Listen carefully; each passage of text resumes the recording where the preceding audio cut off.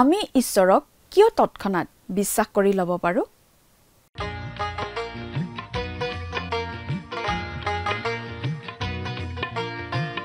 আজিৰে পবিত্ৰ ক্ষণতে উজলি উঠা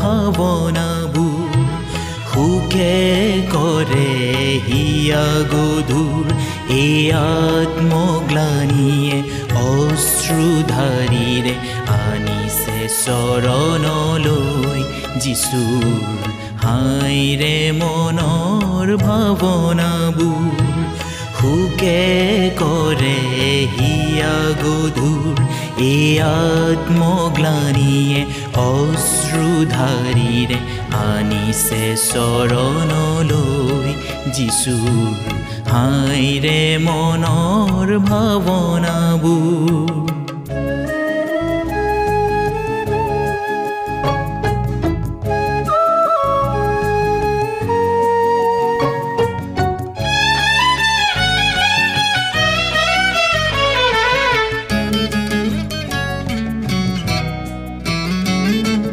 বন্দী ভাৱৰ দাৱৰ খেলা প্ৰাণৰ চুপনি মিথ্যা ভৰসাৰ আশাইৰি যিচুতে পাওঁ মুক্তি মোৰ মুক্তি কামনাৰ মুক্তি নিবেদন চুইছে প্ৰভুৰ চৰণ তেওঁ লৈছে তুলি গধুৰ বুজাবোৰ কৰিছে প্ৰাণ কুজু হাইৰে মনৰ ভাৱনাবোৰ সুকে কৰে হিয়া গধুৰ এই আত্মগ্লানিয়ে অশ্ৰুধাৰীৰে আনিছে চৰণলৈ যিচুৰ হাইৰে মনৰ ভাৱনাবোৰ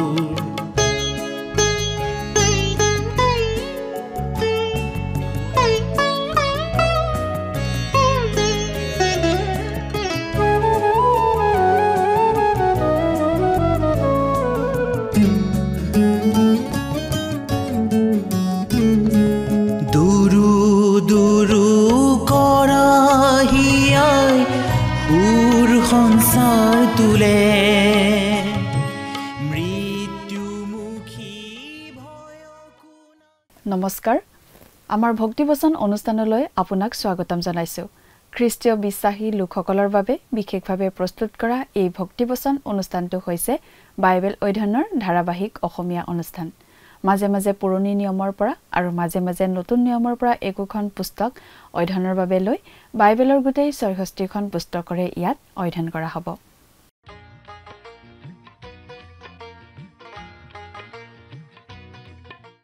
প্ৰিয় দৰ্শক আপুনি যদি আমাৰ আগৰটো অনুষ্ঠান শুনিছিল তেনেহলে আপোনাৰ নিশ্চয় মনত আছে যে আমি এতিয়া বাইবেলৰ নতুন নিয়ম খণ্ডৰ যিহুদাৰ পত্ৰ নামৰ পুস্তকখন অধ্যয়ন কৰি আছো যোৱা অনুষ্ঠানত আমি এই যিহুদাৰ পত্ৰ পুস্তকখনৰ ৭ আৰু ৮ নম্বৰ পদ দুটা পঢ়ি তাৰ ভিত্তিত আগবঢ়োৱা আলোচনা শুনিবলৈ পাইছিলো আজিৰ অনুষ্ঠানত আমি এই যিহুদাৰ পত্ৰ পুস্তকখনৰ ৯ নম্বৰ পদটো পঢ়ি তাৰ ভিত্তিত আগবঢ়োৱা আলোচনা শুনিবলৈ পাম যিহুদাই বিশ্বাসভ্ৰষ্টতাৰ তৃতীয়টো উদাহৰণ হিচাপে তেওঁ উল্লেখ কৰিছে সদোম আৰু গমোৰাৰ কথা তেওঁ প্ৰথমে উল্লেখ কৰিলে ইছৰাইলৰ অবিশ্বাসৰ বিষয় দ্বিতীয়তে সেই স্বৰ্গদূতবোৰৰ উদাহৰণ দিলে যিবোৰে অবাধ্যতাৰ বাবে তেওঁলোকৰ প্ৰথম অৱস্থাৰ পৰা খহি পৰিছিল আৰু তৃতীয়তে তেওঁ সদোম আৰু গমোৰা আৰু তেওঁলোকৰ ওচৰৰ নগৰসমূহৰ বিষয়ে উল্লেখ কৰিছে এই চহৰবোৰৰ ওপৰত ইমানেই ভয়ংকৰ বিচাৰ নামি আহিছিল যে আজি হয়তো সেই ঠাইবোৰ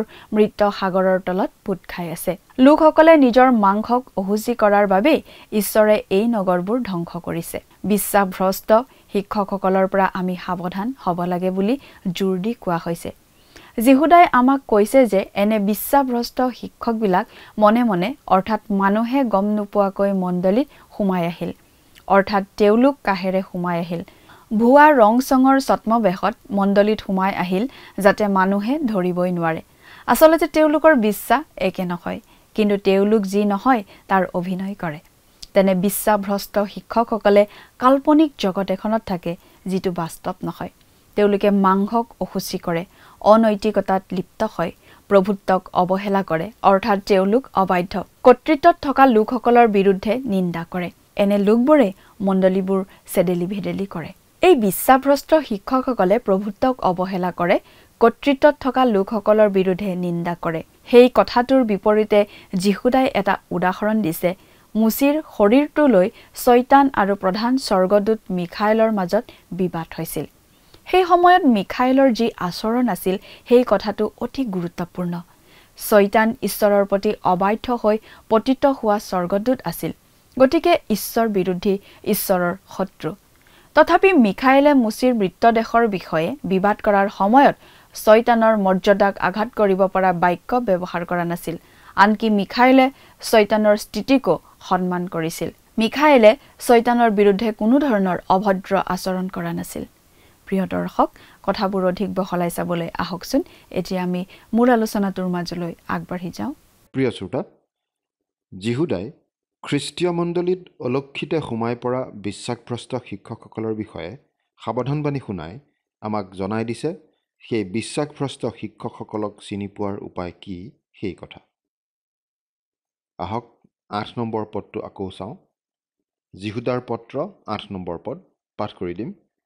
ইয়াত এনেদৰে লিখা আছে, তথাপি সেই লোকবিলাকে সেই একেদৰে সপোন দেখা হৈ মাংসক অসুচি কৰে, প্ৰভুত্বক অৱহেলা কৰে আৰু প্ৰতাপৰ অধিকাৰীবিলাকৰ বিৰুদ্ধে নিন্দা কৰে। বিশ্বাসভ্ৰষ্ট শিক্ষকসকলে সপোন দেখে। তেওঁলোক বাস্তৱৰ মুখামুখি হ'ব নিবিচাৰে। এখন কাল্পনিক জগতত তেওঁলোকে বাস কৰে। এইটো প্ৰথম কথা, আৰু এই বিষয়ে আমি যোৱা অনুষ্ঠানত বিশেষভাৱে আলোচনা কৰি আহিছিলোঁ। সেই বিশ্বাসভ্ৰষ্ট শিক্ষকসকলৰ বিষয়ে দ্বিতীয়টো কথা এতিয়া আমি চাম। বিশ্বাসভ্ৰষ্ট শিক্ষকসকলৰ বিষয়ে যিহুদাই কোৱা দ্বিতীয়টো কথা এইয়ে যে তেওঁলোকে মাংসক অসুচি কৰে, নিজৰ শৰীৰটো অসুচি কৰে। ইয়াত আচলতে যিহুদাৰ এনে এটা ভাৱ প্ৰকাশ পাইছে যে সেই লোকসকলে অতি জঘন্য অনৈতিক কাৰ্যত লিপ্ত হয়। ছদম আৰু গমোৰাৰ বিষয়ে ইয়াৰ আগতে কওঁতে তেওঁ যি ঘিনলগীয়া কাৰ্যৰ কথা কৈছিল, ইয়াতো তেনেকুৱা কাৰ্যৰ কথাই আচলতে বুজোৱা হৈছে। আজি বহুতো তথাকথিত মণ্ডলীয়ে সমকামিতাক আৰু বেয়া বুলি নোকোৱা হৈছে, কিন্তু প্ৰিয় শ্ৰোতা, ঈশ্বৰে ছদম আৰু গমোৰা নগৰ দুখনক দণ্ড বিহিছিল এই পাপ কাৰ্যৰ বাবেই। স্বৰ্গদূতবোৰৰ উদাহৰণো আমাৰ বাবে এটা সাৱধানবাণী, কাৰণ এদিন স্বৰ্গদূতবিলাকৰো বিচাৰ হ'ব। বিদ্ৰোহী স্বৰ্গদূতবোৰক বিচাৰৰ সন্মুখীন হ'বলৈ বন্ধ কৰি ৰখা হৈছে। আনকি মিছৰৰ পৰা নিজে উলিয়াই অনা নিজ লোকবিলাকক ঈশ্বৰে প্ৰতিজ্ঞাৰ দেশত সোমাবলৈ দিয়া নাছিল তেওঁলোকৰ অবিশ্বাসৰ কাৰণে। এই সকলোবিলাক আজি আমাৰ বাবে দৃষ্টান্তস্বৰূপ, আৰু আমি এই কথাটো বুজি পোৱা উচিত যে ঈশ্বৰে আজি সমাজত প্ৰচলিত নতুন নৈতিকতাকো দণ্ড বিহিব। এইটো আচলতে নতুন নৈতিকতা নহয়, নতুন অনৈতিকতাও নহয়। ইয়াত আচলতে নতুনত্ব একো নাই। ছদম আৰু গমোৰাৰ দিনতো এইবোৰ আছিল, নোহৰ দিনতো এইবোৰ আছিল।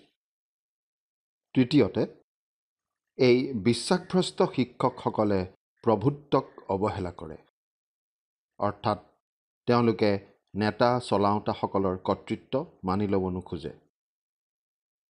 এনে মানুহবোৰেই সকলো ধৰণৰ বিধি বিধান নোহোৱা কৰি সমাজৰ বান্ধোন শিথিল কৰিব বিচাৰে, যাতে সকলোৱে নিজৰ খুচিমতে চলিব পাৰে।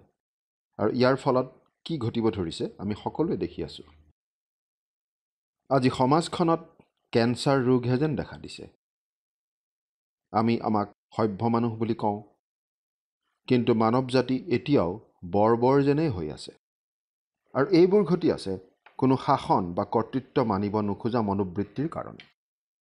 মানুহে বহুতো আইন উঠাই দিব বিচাৰে, যেনে বিবাহ বিচ্ছেদ। বিবাহ বিচ্ছেদৰ ক্ষেত্ৰত কোনো আইন নালাগে বুলি মানুহে ক'ব বিচাৰে। মানুহে নিজৰ খুচিমতে যাৰে তাৰে লগত একেলগে বাস কৰিব পাৰিব লাগে বুলি ভাবে। কিন্তু এই কথাটোৱে যিকোনো দেশ বা জাতিৰ নৈতিক আধাৰটো ভাঙি পেলায়, কাৰণ পৰিয়ালটোৱেই হৈছে যিকোনো সমাজৰ আচল ভেটি। চতুৰ্থতে, সেই ভুৱা শিক্ষকসকলে, সেই বিশ্বাসভ্ৰষ্ট শিক্ষকসকলে প্ৰতাপৰ অধিকাৰীবিলাকৰ বিৰুদ্ধে নিন্দা কৰে। তেওঁলোকে নিয়ম কানুন আৰু ক্ষমতাত থকাসকলৰ বিৰুদ্ধে প্ৰতিবাদ কৰে।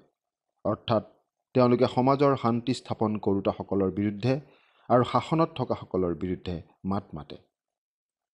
আজি যিকোনো কথাৰ বাবেই মানুহে কেৱল ক্ষমতাত থকা, দায়িত্বত থকা কৰ্তৃপক্ষকহে দোষ দি থাকে, কাৰণ মানুহে তেওঁলোকক সন্মান কৰিবলৈ আজিকালি ভাল নাপায়। অৱশ্যে আমি মানি ল'ব খোজোঁ যে ক্ষমতাত থকা সকলো লোক আচলতে সন্মান পোৱাৰ যোগ্য নহয়। কিন্তু যিটো পদবী, সেই পদবীটোৱে আমাৰ পৰা সন্মান পোৱা উচিত। যীহুদাই পাছৰ পদটোতেই ইয়াৰ উদাহৰণ এটা আমাক দিব। খ্ৰীষ্টীয় মণ্ডলীত সোমাই পৰা এই বিশ্বাসভ্ৰষ্ট লোকসকলৰ চিন কি, সেই কথা আমি আকৌ মন কৰা উচিত। তেওঁলোক কাষৰ দুৱাৰেৰে সোমাইছে। তেওঁলোক অধাৰ্মিক। তেওঁলোকে ঈশ্বৰৰ অনুগ্ৰহক অনৈতিকতাত পৰিণত কৰে, লম্পটতাত পৰিণত কৰে। তেওঁলোকে প্ৰভু যীশুখ্ৰীষ্টক অস্বীকাৰ কৰে। তেওঁলোকে সপোন দেখে, মাংসক অসুচি কৰে, কৰ্তৃত্বক অৱহেলা কৰে আৰু ক্ষমতাত থকাসকলক অসন্মান কৰে। এইবোৰ কথাই তেওঁলোকৰ পৰিচয়। আৰু তেওঁলোকে যেনেধৰণে মণ্ডলীত সোমাই পৰে, সেইটোৱে তেওঁলোকক আৰু ভয়ানক কৰি তোলে। গ্ৰীকসকলে 10 বছৰ ধৰি ট্ৰয় নগৰখন অৱৰোধ কৰিও বিশেষ একো কৰিব পৰা নাছিল। নগৰখন অভেদ্য যেন আছিল আৰু তেওঁলোকে প্ৰৱেশ কৰাৰ কোনো উপায় পোৱা নাছিল। তেতিয়া এটা পৰামৰ্শ আহিল আৰু কাঠৰ ঘোঁৰা এটা নিৰ্মাণ কৰা হ'ল আৰু তাৰ মাজত সৈন্য কিছুমান লুকাই থাকিল। সেই ঘোঁৰাটো নগৰৰ দুৱাৰমুখত এৰি থৈ বাকীসকলে তাৰ পৰা প্ৰত্যাৱৰ্তন কৰাৰ ভাও ধৰিলে। অনুসন্ধিত চাই আচলতে ট্ৰয় নগৰবাসীক পৰাস্ত কৰিলে। গ্ৰীকসকলে উভতি যোৱা দেখি তেওঁলোক ওলাই আহিল আৰু কাঠৰ ঘোঁৰাটো দেখি নগৰৰ ভিতৰলৈ টানি লৈ গ'ল। সেইটো নগৰত সজাই ৰাখিব পৰা সুন্দৰ ঘোঁৰাই আছিল। ৰাতি ঘোঁৰাৰ ভিতৰৰ পৰা সৈন্যকেইজন ওলাই আহি ভিতৰৰ পৰা নগৰৰ দুৱাৰখন খুলি দিলে। ইতিমধ্যে অন্ধকাৰৰ সুযোগ লৈ গ্ৰীক সৈন্যবোৰ আকৌ উভতি আহিছিল। তেওঁলোক উভতি যোৱাৰ ভাওহে ধৰিছিল। 10 বছৰ ধৰি যি কাম এটা বিশাল সৈন্যবাহিনীয়ে বাহিৰৰ পৰা কৰিব পৰা নাছিল, মাত্ৰ কেইজনমান সৈন্যই ভিতৰৰ পৰা সেই কাম কৰিব পাৰিলে।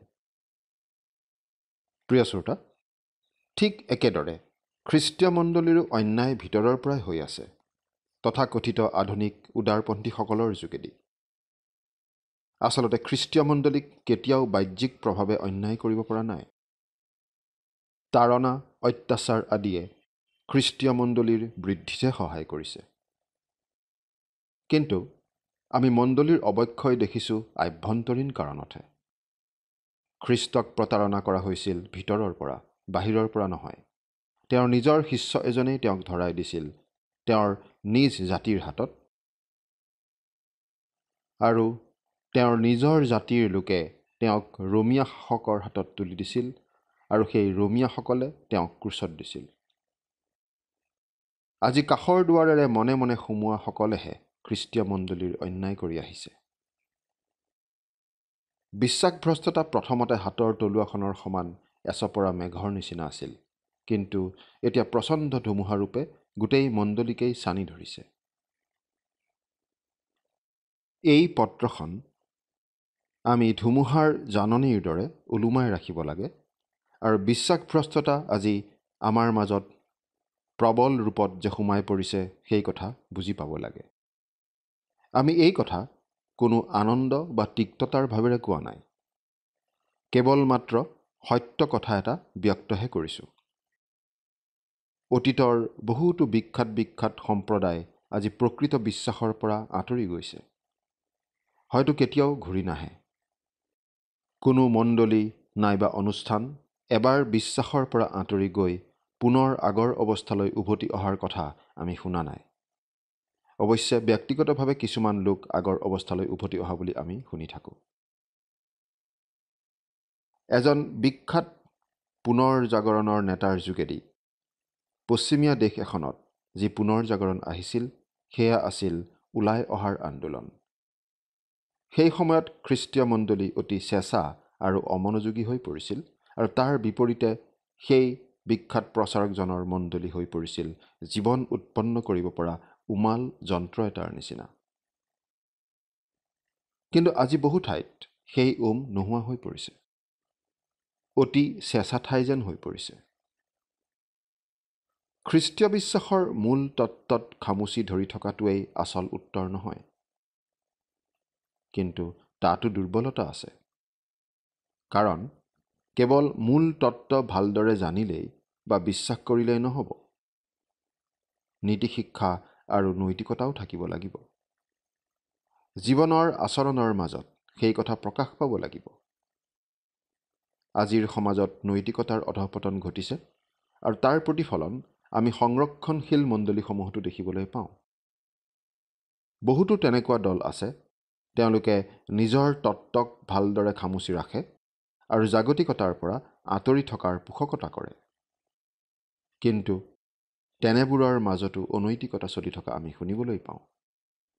আৰু এনেকুৱা ঘটনাবোৰে খ্ৰীষ্টীয় মণ্ডলীৰ যথেষ্ট অনিষ্ট কৰে, কাৰণ ই ভিতৰৰ পৰা আহে। প্ৰিয় শ্ৰোতা, আমি আজি বিশ্বাসভ্ৰষ্টতাৰ দিনত বাস কৰি আছোঁ। কোনোবাই হয়তো আমাক ক'ব পাৰে, আপোনালোকে কথাবোৰ অলপ বাহুল্য কৰি কৈছে নেকি, বঢ়াই বঢ়াই কৈছে নেকি? নাই, আমি বাহুল্য কৰি ক'ব খোজা নাই। কিজানি প্ৰকৃত ছবিখনৰ সৰু ৰূপ এটাহে আমি দাঙি ধৰিছোঁ। কিছু বছৰ আগতে এটা সমীক্ষা কৰা হৈছিল আৰু তাৰ ভিত্তিত আমি কিছু তথ্য আগবঢ়াব খুজিছোঁ। আজিৰ পৰিস্থিতিটো আচলতে ইয়াতকৈও ভয় লগা। 700 গৰাকী শিক্ষক প্ৰচাৰকৰ ওপৰত এটা সমীক্ষা চলোৱা হৈছিল আৰু সেই সমীক্ষাৰ পৰা এই ফলাফল পোৱা গৈছিল। 48% বাইবেলখন সম্পূৰ্ণৰূপে ঈশ্বৰ নিশ্বাসিত বুলি মানি লোৱা নাছিল। 24% পাপ মোচনৰ কথাটো বিশ্বাস কৰা নাছিল। 12% শাৰীৰিক পুনৰুত্থান বিশ্বাস নকৰে বুলি কৈছিল। 27% কৈছিল খ্ৰীষ্টই মৃত আৰু জীৱিত সকলোৰে বিচাৰ কৰিবলৈ পুনৰ পৃথিৱীলৈ আহিব বুলি তেওঁলোকে বিশ্বাস নকৰে। এজন পৰিচাৰকে এই বুলিয়েই মন্তব্য কৰিছিল, আমি উদাৰপন্থীসকলে গোঢ়া আৰু আধুনিক মতবাদৰ বিবাদৰ কথা আৰু চিন্তা কৰি নাথাকোঁ। সেই কথাত সময় খৰচ কৰাৰ প্ৰয়োজন নাই বুলিয়েই আমি ভাবোঁ। খ্ৰীষ্ট কুমাৰী গৰ্ভত জন্মিছিল নে নাই সেই কথাটো আমি প্ৰয়োজনীয় জ্ঞান নকৰোঁ। সেই বিষয়ে কিবা জনমত গঢ়াৰ প্ৰয়োজনো আমি নাই বুলিয়েই ভাবোঁ। আন এজন উদাৰপন্থী পৰিচাৰকে এই বুলি মন্তব্য কৰিছিল, খ্ৰীষ্টৰ পুনৰুত্থানৰ নিচিনা বিষয়ৰ প্ৰতি আমি আমাৰ মনৰ দুৱাৰ বন্ধ কৰি দিছোঁ। আপোনালোকৰ নিচিনা ঘোঁৰাসকলে এনে ফাল্টু কথা যদি বিশ্বাস কৰি থাকিব বিচাৰে, তাত আমাৰ আপত্তি নাই। 20 শতিকাৰ আগৰ শূন্য কবৰ এটাৰ কথা প্ৰচাৰ কৰি থকাতকৈ অধিক গুৰুত্বপূৰ্ণ কথা আমি প্ৰচাৰ কৰিবলগীয়া আছে। আন এজনে আকৌ এই বুলি কৈছিল, আমি পিতৃসকলৰ বিশ্বাস এৰি দিছোঁ।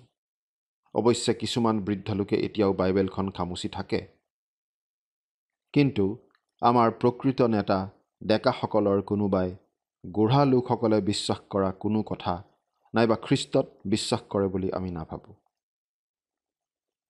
প্ৰিয় শ্ৰোতা, এয়া হৈছে বৰ্তমানে চলি থকা বিশ্বাসভ্ৰষ্টতাৰ কিছু উদাহৰণ। এতিয়া আপুনি এই চিন্তা কৰি চাওকচোন, আজি আমাৰ মাজত বিশ্বাসভ্ৰষ্টতা চলি থকাৰ বিষয়ে আমি বাৰু কিবা বঢ়াই কৈছোঁ নেকি? এতিয়া আমি 9 নম্বৰ পদটো চাম। যিহুদাৰ পত্ৰ 9 নম্বৰ পদ। ইয়াত এনেদৰে লিখা আছে, কিন্তু প্ৰধান স্বৰ্গদূত মিখায়েলে যেতিয়া মুচিৰ শৰীৰৰ বিষয়ে শয়তানৰ লগত বাদানুবাদ কৰি বাকযুদ্ধ কৰিলে, তেতিয়া তাৰ বিৰুদ্ধে তেওঁ নিন্দাযুক্ত নিষ্পত্তি কৰিবলৈ সাহ নাপায়। প্ৰভুৱে তোমাক ভৰ্ৎসনা কৰক, এই কথা মাথোন ক'লে। প্ৰিয় শ্ৰোতা, এইটো শাস্ত্ৰৰ অতি চমকপ্ৰদ পদ। এজন পণ্ডিতে এই পদটো এনেদৰে অনুবাদ কৰিছে: তথাপি প্ৰধান স্বৰ্গদূত মিখায়েলে মুচিৰ শৰীৰ সম্বন্ধে যুক্তি কৰোঁতে শয়তানৰ সৈতে মতবিৰোধ হওঁতে এনে এষাৰ মাত মাতিবলৈ সাহ নকৰিলে, যাৰ দ্বাৰা শয়তানৰ সন্মানহানি হ'লহেঁতেন। কিন্তু এই বুলি মাত্ৰ কৈছিল, প্ৰভুৱে তোমাক নিন্দা কৰক। শয়তান পতিত ব্যক্তি আৰু ঈশ্বৰৰ পৰিচিত শত্ৰু। তথাপি যেতিয়া মুচিৰ শৰীৰটোক লৈ বাদ বিবাদ কৰিব লগা হ'ল, তেতিয়া প্ৰধান স্বৰ্গদূত মিখায়েলে এনে এষাৰো কথা নক'লে, যিহৰ দ্বাৰা শয়তানৰ সন্মানহানি হয়। অৰ্থাৎ মিখায়েলে আনকি শয়তানৰ যিটো স্থান, সেই স্থানটোক সন্মান দিছিল। মুচিৰ মৃতদেহৰ সৎকাৰ সম্বন্ধে বাইবেলত স্থান নোপোৱা লিখনি এটাৰ পৰা এজন আদিমণ্ডলীৰ সাধুৱে এই বুলি উদ্ধৃতি দিছিল যে যেতিয়া মুচিক কবৰ দিবলৈ মিখায়েলক দায়িত্ব দিয়া হৈছিল, তেতিয়া শয়তানে তাত আহি বাধা দিছিল এই বুলি যে যিহেতু শয়তানহে ভৌতিক জগতখনৰ গৰাকী, গতিকে শৰীৰটোৰ গৰাকীও তেওঁহে। মিখায়েলে মাত্ৰ এই বুলি উত্তৰ দিছিল: প্ৰভু অৰ্থাৎ সৃষ্টিকৰ্তাই তোমাক নিন্দা কৰিছে। শয়তানে মুচিৰ বিৰুদ্ধে নৰবধৰ অভিযোগো আনিছিল। এই বুলিও কোৱা হয় যে প্ৰভু যীশুৱে পৰ্বতত অন্য ৰূপ ধাৰণ কৰা সময়তো মুচিক উপস্থিত হোৱাত শয়তানে বাধা দিবলৈ চেষ্টা কৰিছিল। শয়তান অৰ্থাৎ লুচিফাৰ আছিল ঈশ্বৰৰ সৃষ্টি আৰু ঈশ্বৰৰ সৰ্বশ্ৰেষ্ঠ সৃষ্টি। কিন্তু তেওঁত মন্দতা পোৱা গ'ল। তাৰমানে তেওঁ গৈ কিবা এটা চুৰ কৰিলে এনে নহয়। শয়তানে নিজকে ঈশ্বৰৰ বিৰুদ্ধে থিয় কৰালে, আৰু এয়েই আছিল তেওঁৰ মন্দতা। সেই লুচিফাৰ গৰ্বত উফন্দি উঠিছিল আৰু ঈশ্বৰৰ অধীনৰ পৰা তেওঁ স্বাধীন হ'ব খুজিছিল। তেওঁ আচলতে ঈশ্বৰক সিংহাসনচ্যুত কৰিব পাৰিব বুলি ভাবিছিল, অন্ততঃ বিশ্বব্ৰহ্মাণ্ডখনৰ কোনো এটা খণ্ডত। এই জগতত শয়তানৰ বিদ্ৰোহ এতিয়াও চলি থাকিবলৈ ঈশ্বৰে এৰি দিছে, আৰু ইয়াৰ অন্তৰালত ঈশ্বৰৰ এটা মহৎ আৰু পবিত্ৰ উদ্দেশ্য আছে বুলি আমি ক'ব পাৰোঁ। কিন্তু শয়তানে সদায় ঈশ্বৰৰ পৰা অলপ হ'লেও আধিপত্য কাঢ়ি ল'ব বুলি ভাবি থাকে। শয়তানে এই জগতখন নিজৰ কৰি ল'ব বিচাৰে বুলি আমি নিঃসন্দেহে ক'ব পাৰোঁ। 9 নম্বৰ পদটো আকৌ পঢ়ি দিছোঁ। কিন্তু প্ৰধান স্বৰ্গদূত মিখায়েলে যেতিয়া মুচিৰ শৰীৰৰ বিষয়ে শয়তানৰ লগত বাদানুবাদ কৰি বাকযুদ্ধ কৰিলে, তেতিয়া তাৰ বিৰুদ্ধে তেওঁ নিন্দাযুক্ত নিষ্পত্তি কৰিবলৈ সাহ নাপায়। প্ৰভুৱে তোমাক ভৰ্ৎসনা কৰক, এই কথা মাথোন ক'লে। প্ৰিয় শ্ৰোতা, সেই প্ৰধান স্বৰ্গদূত মিখায়েলে শয়তানক অভিশাপ দিয়া নাছিল, শয়তানক গালি দিয়া নাছিল। আমি বহুতেই নিশ্চয় তেনেকুৱা অৱস্থাত তেনেকুৱাই কৰিলোহেঁতেন, অৰ্থাৎ শয়তানক গালি শপনি পাৰিলোহেঁতেন। কিন্তু স্বৰ্গদূত মিখায়েলে তেনে কৰা নাছিল।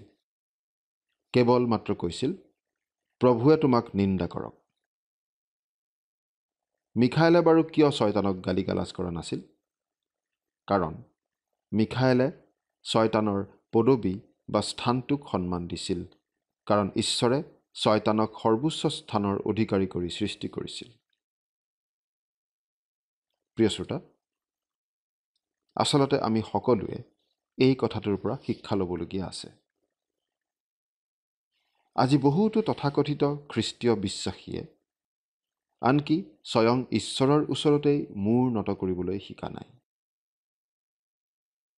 প্ৰিয় শ্ৰোতা, আমি সৃষ্ট জীৱ আৰু ঈশ্বৰ হৈছে আমাৰ সৃষ্টিকৰ্তা। ঈশ্বৰে কৰা কামৰ বিষয়ে প্ৰশ্ন কৰিবলৈ আমাৰ বাৰু কি অধিকাৰ আছে?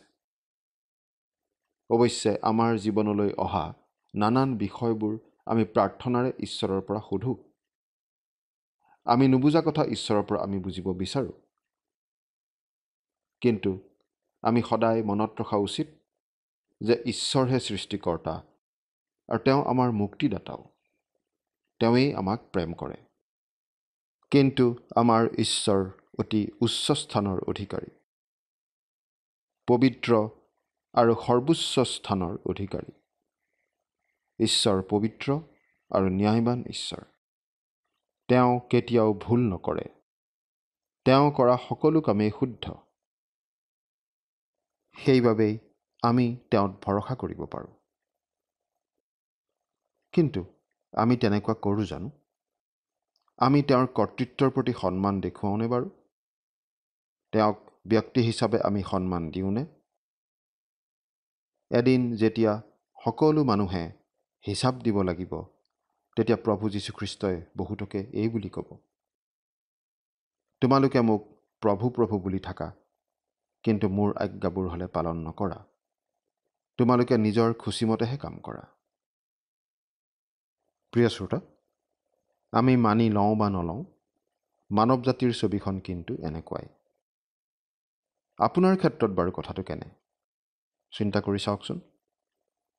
প্ৰধান স্বৰ্গদূত মিখাইলে বাৰু আজি আমাক কি শিকাইছে? চিন্তা কৰি চাওকচোন। আপুনি বাৰু ঈশ্বৰৰ আগত নিজকে সম্পূৰ্ণ নত কৰি প্ৰভু যীশুখ্ৰীষ্টৰ যোগেৰে তেওঁ আগবঢ়োৱা পৰিত্ৰাণ গ্ৰহণ কৰিছেনে? নিজকে পাপী বুলি স্বীকাৰ কৰি সম্পূৰ্ণ নম্ৰভাৱেৰে তেওঁৰ আগলৈ আহিছেনে? চিন্তা কৰি চাওকচোন। ঈশ্বৰে আপোনাক আশীৰ্বাদ কৰক। আমেন।